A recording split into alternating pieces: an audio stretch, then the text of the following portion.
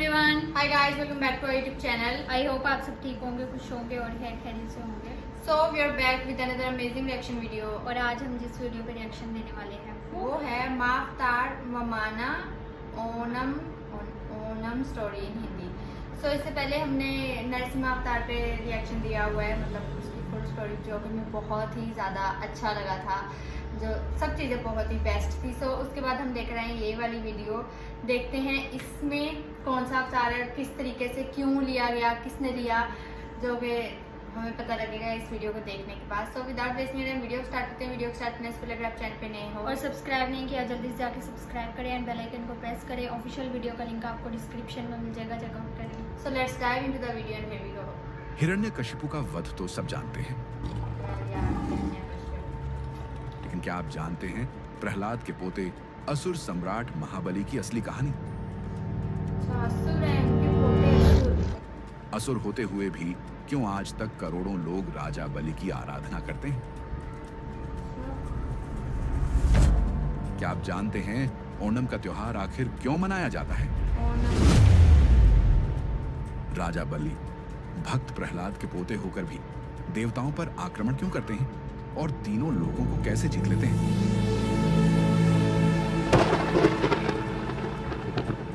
भगवान विष्णु ने वामन अवतार लेकर केवल 3 पग भूमि ही क्यों मांगी?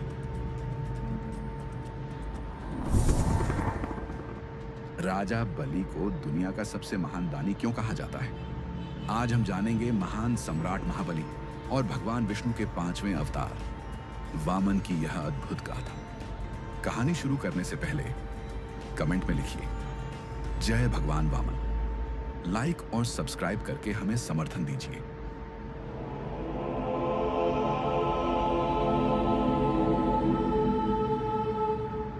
प्रारंभ में केवल शून्य था और उस शून्य से उत्पन्न हुई सृष्टि।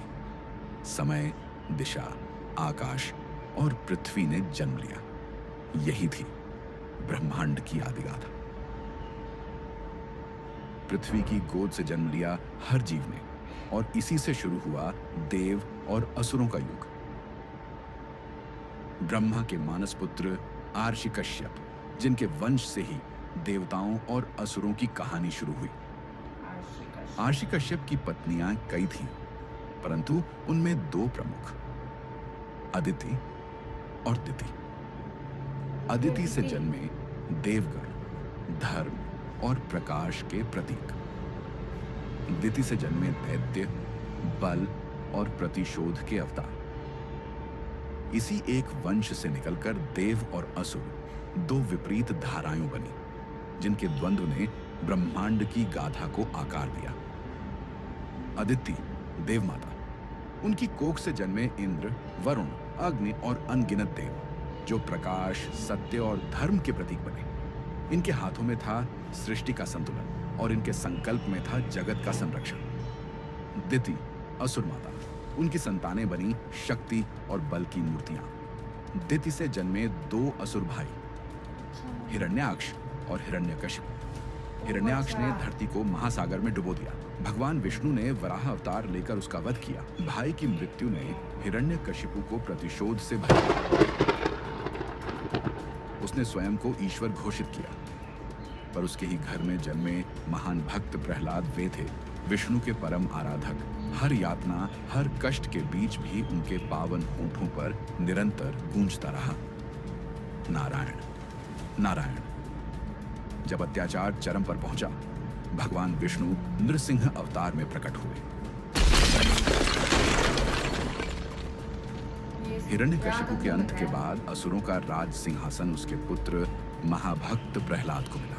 इस प्रकार पहली बार असुर कुल का राजा भक्ति, धर्म और विष्णु निष्ठा का प्रतीक बना। बाद में महाभक्त प्रहलाद ने असुर और देवताओं के बीच शांति स्थापित की, युद्ध और वैर की परंपरा को तोड़कर भक्ति और धर्म को आधार बनाया। असुर और देव अब शत्रु नहीं, बल्कि धर्म के सहयात्री बनकर उन्होंने ब्रह्मांड में शांति स्थापित की। समय आगे बढ़ा। भक्त प्रहलाद अब वृद्ध हो चले थे। उनकी माता की अंतिम इच्छा थी कि वह अपने पोते को राज सिंहासन पर बैठते हुए देखे।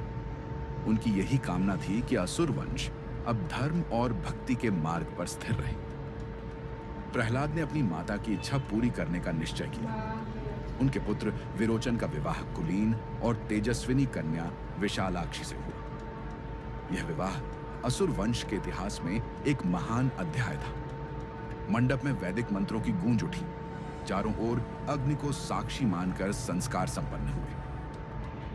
विशालाक्षी की उपस्थिति ने असुर कुल में नई आभा और मर्यादा का संचार किया। इस शुभ अवसर पर प्रहलाद ने अपने पुत्र को युवराज घोषित किया। विवाह के बाद प्रहलाद ने राज्य की बागडोर विरोचन को सौंप दी और स्वयं संन्यास धारण कर लिया। उन्होंने राजसत्ता त्याग दी और तपस्या व भक्ति में लीन हो गए। तो मतलब वो जो असुर वंश में एक नया प्रभात हुआ। विरोचन और उसकी पत्नी विशालाक्षी के घर जन्म लेने वाला था एक ऐसा बालक जिसका आगमन पूरे कुल के लिए आशा का दीप बनकर आया। माघ शुक्ल द्वादशी की पावन तिथि पर शुभ अभिजीत मुहूर्त में जब नक्षत्र अपनी उच्चतम स्थिति में थे, तभी वह दिव्य क्षण आया।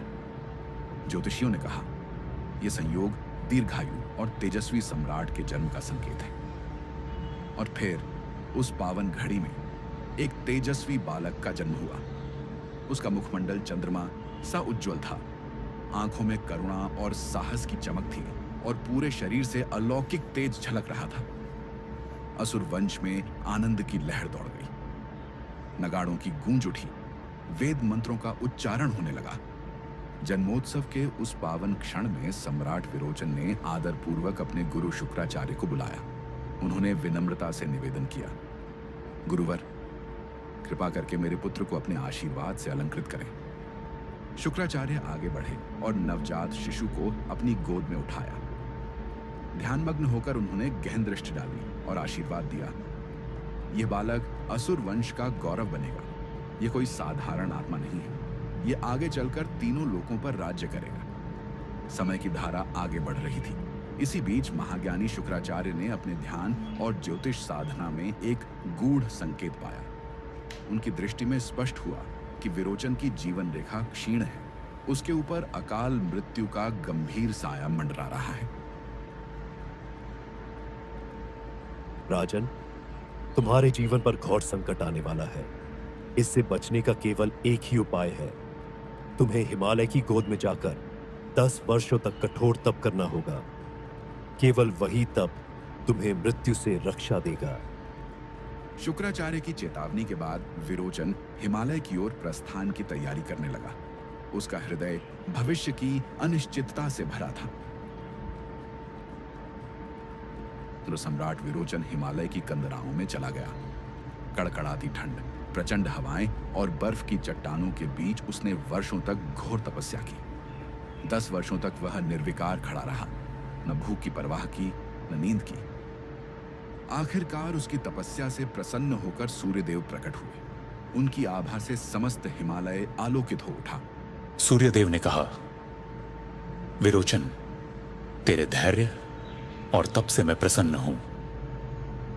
उन्होंने अपने तेज से निर्मित एक दिव्य मुकुट प्रदान किया और आशीर्वाद दिया, जब तक यह मुकुट तेरे मस्तक पर रहेगा तुझे कोई परास्त नहीं कर पाएगा।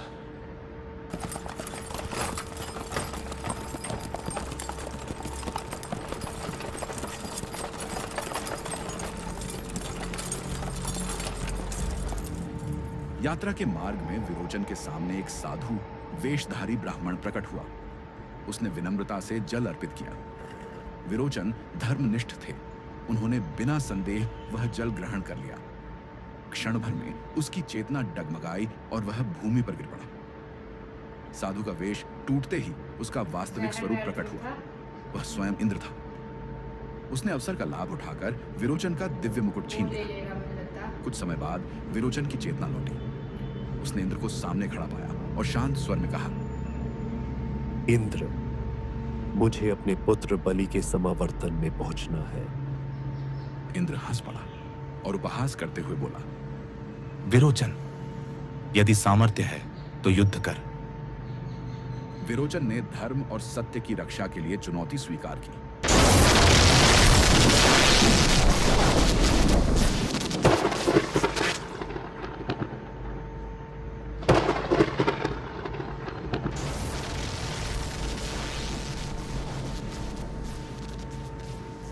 परंतु मुकुट के बिना उसकी शक्ति क्षीण हो चुकी थी। उसके इंद्र पास ने तो छल मुकुट और भी बल नहीं है। दोनों से आक्रमण किया और अंततः विरोचन भूमि पर गिर पड़ा।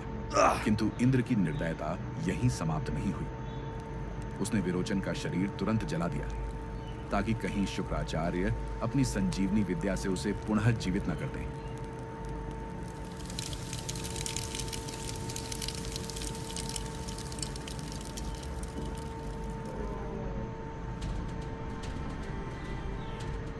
पिता की मृत्यु का समाचार सुनते ही बलि का हृदय जल उठा।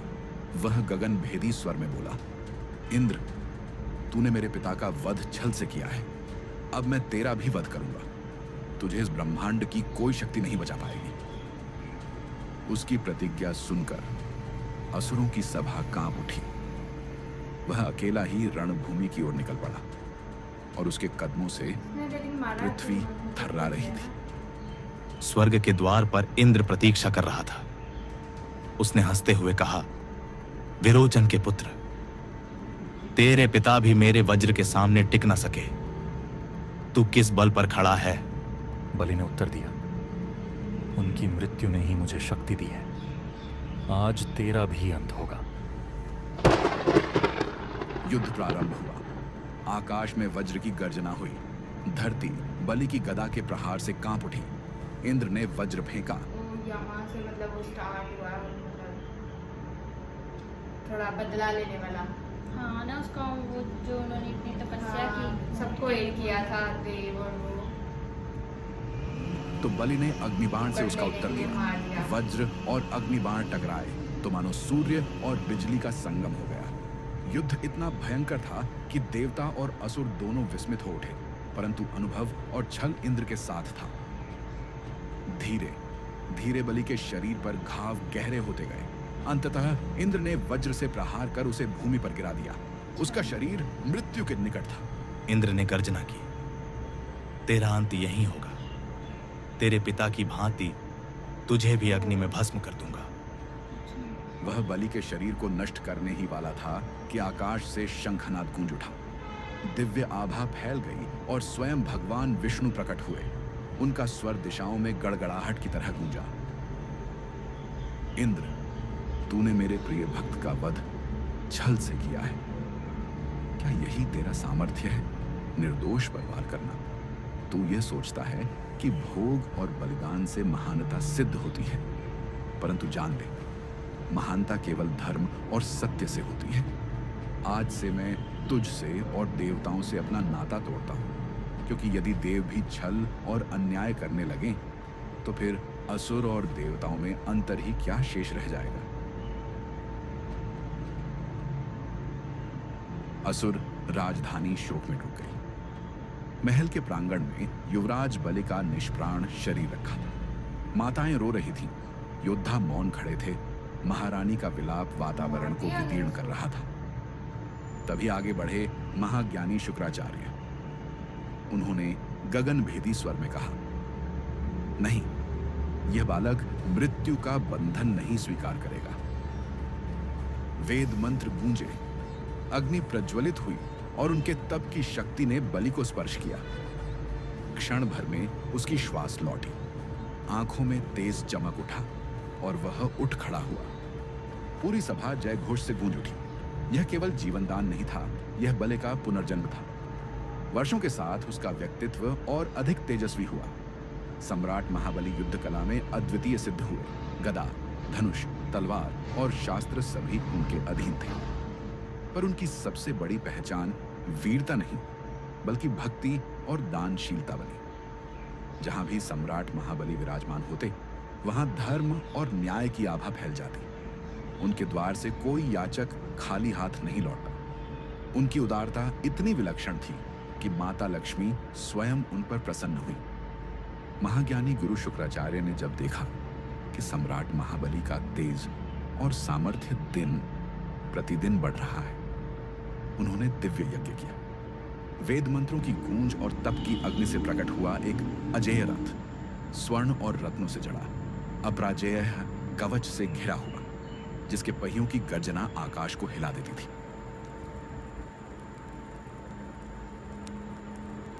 इस रथ पर आरूढ़ होकर कोई भी शत्रु तुझे पराजित नहीं कर पाएगा। जब सम्राट महाबली उस दिव्य रथ पर सवार हुए तो मानो तीनों लोग उनके संकल्प के आगे झुक दिया गए। किसको ये? उन्होंने अपनी संगठित सेना के साथ स्वर्ग पर चढ़ाई की। अच्छा। युद्ध छिड़ा, देव सभा कांप उठी। इंद्र ने अपने वज्र से प्रतिरोध किया।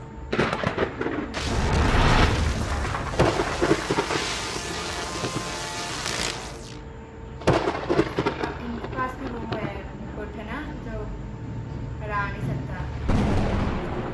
इंद्र परास्त हुआ और स्वर्ग का सिंहासन भी अब असुर सम्राट के चरणों में था। हाँ। महाबली ने अपराजय विजय पाई। अब वे तीनों लोकों के सम्राट बने। उनकी सबसे बड़ी शक्ति थी उनकी दानशीलता और न्यायप्रियता। उनका साम्राज्य धर्म, भक्ति और समर्पण का प्रतीक बन गया। कहते हैं कि सम्राट महाबली को किसानों का राजा कहा जाता। उनके शासन में कोई भूखा नहीं रहा, कोई अन्याय का शिकार नहीं हुआ। महाबली की यह करुणा और दानशीलता उन्हें देवताओं से भी महान बना रही थी। देवता दिशाओं में भटक रहे थे, उन्हें कहीं आश्रय नहीं मिल रहा था। है ना वहां से। उनकी आराधना सुनने वाला कोई नहीं बचा था। इस अपमान और असहायता को देख देवमाता अदिति का हृदय व्याकुल हो उठा। वे तप में लीन हुईं और भगवान विष्णु का ध्यान करने लगी। आंखों में अश्रु और स्वर में करुणा के साथ उन्होंने प्रार्थना की। स्वामी, आपने एक बार मुझसे वचन दिया था कि जब समय आएगा आप मेरे पुत्र रूप में अवतरित होंगे। वह समय अब आ गया है। मेरी गोद को पवित्र करें और पुत्र रूप में अवतरित होकर देवताओं का उद्धार करें। आदित्य की विनती से वैकुंठ कांप उठा। भगवान विष्णु स्वयं प्रकट हुए और बोले, देवी, तुम्हारी साधना सफल हुई है। अब मैं तुम्हारे गर्भ से जन्म लूंगा और वामन रूप में अवतरित होकर धर्म और संतुलन की रक्षा करूंगा। और राशि कश्यप के आश्रम में आदित्य के गर्भ से भगवान विष्णु ने जन्म लिया। वह बालक अत्यंत तेजस्वी था। आंखों में दिव्यता और मुख पर मासूमियत झलकती थी। संपूर्ण वातावरण शुभ शकुनों से गूंज उठा। देवताओं ने प्रसन्न होकर जय घोष किया, जय वामन देव, जय विष्णु अवतार। उस बालक का नाम वामन, बौने रूप में किंतु तेज और शक्ति से अपार। उसके जन्म ने देवताओं के हृदय में आशा की लौ जला दी। अब समय आ गया था कि महाबली की दानशीलता की परीक्षा हो और वामन अवतार से ब्रह्मांड का संतुलन पुनः स्थापित हो। काल का प्रवाह निरंतर बढ़ता गया। देवताओं की स्थिति अब और भी दयनीय हो चुकी थी। स्वर्ग का वैभव असुरों के अधीन था और देवगण दिशाओं में भटक रहे थे। उनकी व्याकुलता दिन प्रतिदिन बढ़ती रही। इसी बीच असुरों के सम्राट महाबली का साम्राज्य और भी प्रखर हो उठा। उनका यश केवल पृथ्वी तक सीमित नहीं रहा, बल्कि तीनों लोकों में गूंजने लगा। उनकी दानशीलता, धर्मप्रियता और भक्ति की गाथाएं दूर दूर तक फैली। सम्राट ने निश्चय किया, मैं 100 अश्वमेध यज्ञ करूंगा। इन यज्ञों से मेरा राज्य अटल और स्थायी हो जाएगा और यह भी प्रमाणित होगा कि दान और धर्म से ही सच्चा साम्राज्य फलता फूलता है। समय बीतता गया और एक एक करके 99 यज्ञ संपन्न हो गए। अब अंतिम यज्ञ का दिन आ पहुंचा। यज्ञशाला के मध्य विशाल हवन कुंड प्रज्वलित था। उसमें आहुति की लपटें उठ रही थीं, मानो अग्निदेव स्वयं उस यज्ञ को स्वीकार करने आए हों। चारों ओर वेद मंत्रों की गूंज थी। उन ध्वनियों से पूरा गगन पवित्र हो उठा। उसी समय यज्ञशाला के द्वार पर एक दिव्य ब्राह्मण बालक का आगमन हुआ। छोटा कद, किंतु मुख पर अद्भुत तेज, आंखों में दिव्यता और वाणी में मधुरता। उनके तेज से पूरा वातावरण पवित्र हो उठा था। सम्राट महाबली ने आदरपूर्वक कहा, ऋषि कुमार, आप जो चाहें मैं दान दूंगा। सोना, चांदी, रत्न, हाथी घोड़े, नगर, ग्राम, यहाँ तक कि मेरा साम्राज्य भी आपके लिए है। राजन, मुझे इनमें से कुछ नहीं चाहिए। सभा में सन्नाटा छा गया। महाबली ने विस्मय से देखा और गंभीर स्वर में कहा, ऋषि कुमार, मेरे यज्ञ का नियम है, मैं किसी याचक को खाली हाथ नहीं लौटाता। आप यदि कुछ नहीं मांगेंगे तो यह मेरे यज्ञ का अपमान होगा। कृपा कर बताइए, आपको क्या चाहिए? तब वामन ने अपनी दृष्टि उठाई। उनकी आंखों में ब्रह्मांड का रहस्य झलक रहा था। उन्होंने कहा, राजन, मैं जो मांगने वाला हूं, पहले यह वचन दीजिए कि आप उसे अवश्य देंगे। महाबली ने अपने हाथ जोड़कर उत्तर दिया, ऋषि कुमार, यह मेरा संकल्प है। आप जो मांगेंगे मैं उसे अवश्य दूंगा। यह स्वयं भगवान विष्णु है जो देवताओं की ओर से आपके सामने खड़े हैं। यदि आपने वचन दे दिया तो सब कुछ उनसे छिन जाएगा। सभा स्तब्ध रह गई, परंतु सम्राट का चेहरा शांत और गंभीर बना रहा। उन्होंने आदर से गुरु की ओर देखा और कहा, गुरुवर, यदि यह स्वयं विष्णु हैं तो यह तो मेरे लिए और भी सौभाग्य की बात है। जिस भगवान के लिए लोग कठोर तप करते हैं, यज्ञ और अनुष्ठान करते हैं, वही भगवान आज मेरे यज्ञ में याचक बनकर आए हैं। क्या इससे बड़ा गौरव मेरे लिए और कोई हो सकता है? मैं अपना वचन कभी नहीं तोड़ूंगा। शुक्राचार्य क्रोधित हुए, पर सम्राट की अडिग भक्ति और दानशीलता डिग्गी नहीं। महाबली ने गर्व से कहा, ऋषि कुमार, आप जो भी मांगेंगे मैं दूंगा। यह मेरा अटल संकल्प है। तब वामन ने मधुर स्वर में कहा, महाराज, मुझे केवल उतनी भूमि चाहिए जिसे मैं अपने 3 पगों में नाप सकूं। महाबली हंस पड़े। हे ब्राह्मण देवता, आप मुझसे कुछ बड़ा मांग सकते थे, सोना, चांदी, रथ, लेकिन आप केवल 3 पग भूमि मांग रहे हैं। मैं वचन देता हूं कि मैं आपको 3 पग भूमि अर्पित करता हूं। उन्होंने अपने कर कमलों से जल अर्पित किया और दान का संकल्प पूरा किया। दान का संकल्प पूर्ण होते ही अचानक यज्ञशाला कांप उठी। वेद मंत्रों की ध्वनियां और तीव्र हो गईं। अग्निकुंड की ज्वालाएं आकाश को छूने लगी। वे थे स्वयं विष्णु का विराट रूप, जिनके उदय से ब्रह्मांड प्रकाश में हो उठा। देव स्तब्ध रह गए, असुर विस्मय में कांप उठे। आर्षि और मुनि निःशब्द होकर चरणों में झुक गए। उस क्षण संपूर्ण सृष्टि मानो एक ही स्वर में पुकार उठी, यही हैं धर्म के पालनहार, ब्रह्मांड के अधिपति। एक पग में उन्होंने संपूर्ण पृथ्वी को नाप लिया, दूसरे पग में समस्त आकाश उनके अधीन हो गया। अब तीसरे पग के लिए स्थान शेष न रहा। गगन भेदी स्वर में भगवान ने कहा, राजन, अब बताओ, मेरा तीसरा पग कहाँ रखूं? सब कुछ। यज्ञशाला में गहरा सन्नाटा छा गया। देवताओं की दृष्टि स्तब्ध थी। असुरगण भय से कांप रहे थे, परंतु सम्राट महाबली का चेहरा शांत था। वह आगे बढ़े, विनम्रता से झुके और बोले, प्रभु, आपने अपने 2 पगों में पृथ्वी और आकाश समेट लिया। अब तीसरे पग के लिए स्थान केवल एक है, मेरा सिर। मेरे वचन को पूर्ण कीजिए। मैं अपना जीवन, अपना अहंकार सब आपके चरणों में समर्पित करता हूं। उपस्थित हर आत्मा ने देखा कि एक असुर सम्राट ने स्वयं भगवान के समक्ष वचन और दान की रक्षा के लिए अपने प्राण तक अर्पित कर दिए। ये केवल दान नहीं था, यह भक्ति, वचन और समर्पण की पराकाष्ठा थी। भगवान वामन ने करुणा से उनका समर्पण स्वीकार किया। उन्होंने महाबली को पाताल लोक का अधिपति बना दिया। पर यह पराजय नहीं थी, बल्कि अनंत गौरव का क्षण था। तुम युगों युगों तक स्मरण किए जाओगे और मैं स्वयं तुम्हारे द्वार पर द्वारपाल बनकर रहूंगा। पर महाबली की स्मृति आज भी जीवित है। कहते हैं, जब भगवान वामन ने उन्हें पाताल लोक का स्वामी बनाया तो महाबली ने प्रार्थना की, प्रभु, मुझे अपनी प्रजा से मिलने का अवसर अवश्य दें। भगवान विष्णु ने वचन दिया, हर वर्ष तुम्हें अपनी प्रजा से मिलने का अधिकार रहेगा। और वही दिन आज ओणम उत्सव के रूप में मनाया जाता है। केरल और भारत भर में यह पर्व महाबली की स्मृति में मनाया जाता है। माना जाता है कि उस दिन महाबली अपनी प्रजा से मिलने धरती पर आते हैं। लोग मानते हैं कि उस दिन सम्राट महाबली स्वयं आकर देखते हैं कि उनकी प्रजा सुखी और समृद्ध है। ये थी सम्राट महाबली और भगवान वामन की दिव्य गाथा। अगर वीडियो पसंद आया हो तो लाइक और सब्सक्राइब करके हमें नाइस। वैसे मैं ना इंतजार कर रही थी उनके विलन बनने का, जैसे उन्होंने बोला था ना कि असुर हैं और तीनों पे, मुझे लगा कि मतलब विलन होंगे, मतलब लेकिन वो विलन नहीं बने।